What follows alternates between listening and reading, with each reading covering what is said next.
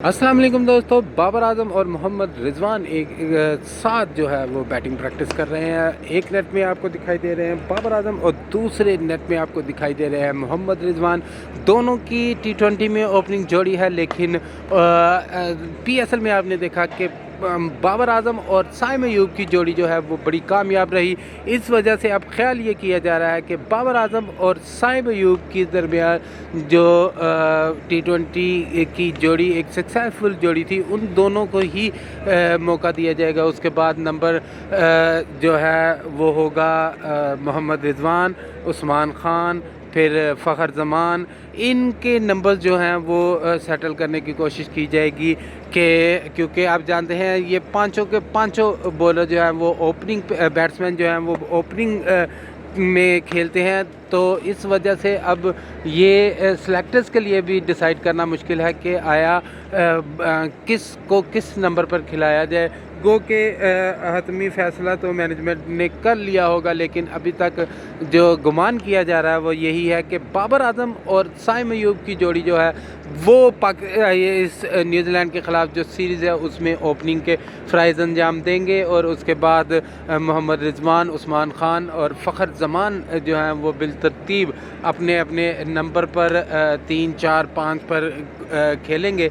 तो अभी हम आपको दिखा रहे हैं कि हमारे दूसरे नेट में अभी उस्मान खान आ चुके हैं। उस्मान खान के बारे में आपको बताता चलूं कि दुबई में खेल रहे थे, सिर्फ 1 साल रहता था कि उसके बाद उनको वहाँ पे वो एलिजिबल हो जाते यूएई की तरफ से खेलने के लिए। लेकिन जैसे ही पाकिस्तान की ऑफ़र आई पाकिस्तान की तरफ से, तो उन्होंने बिल्कुल एकतरफ़ा तौर पर यूएई को खैरबाद कहा और पाकिस्तान टीम में शामिल हो गए। और इस टाइम पाकिस्तान की सरजमीन पर Usman Khan as a Pakistani cricketer पहला प्रैक्टिस सेशन में मसरूफ़ हैं और इस टाइम बैटिंग कर रहे हैं। एक दफ़ा फिर बाबर आजम और मोहम्मद रिजवान आपको नेट में दिखाई दे रहे हैं। दोनों पाकिस्तान के लिए बड़े ही जो है अच्छे रिकॉर्ड रखते हैं एज आ ओपनर।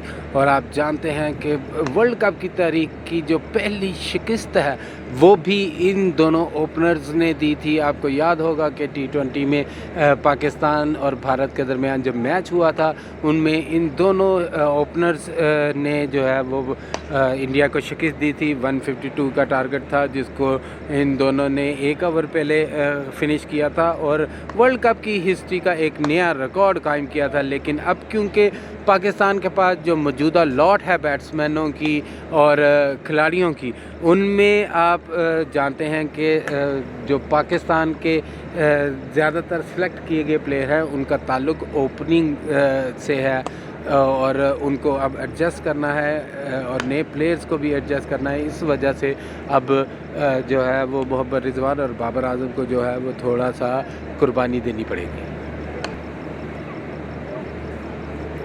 एक दफ़ा फिर बाबर आजम और मोहम्मद रिजवान आपको नेट में दिखाई दे रहे हैं। दोनों पाकिस्तान के लिए बड़े ही जो है अच्छे रिकॉर्ड रखते हैं एज आ ओपनर।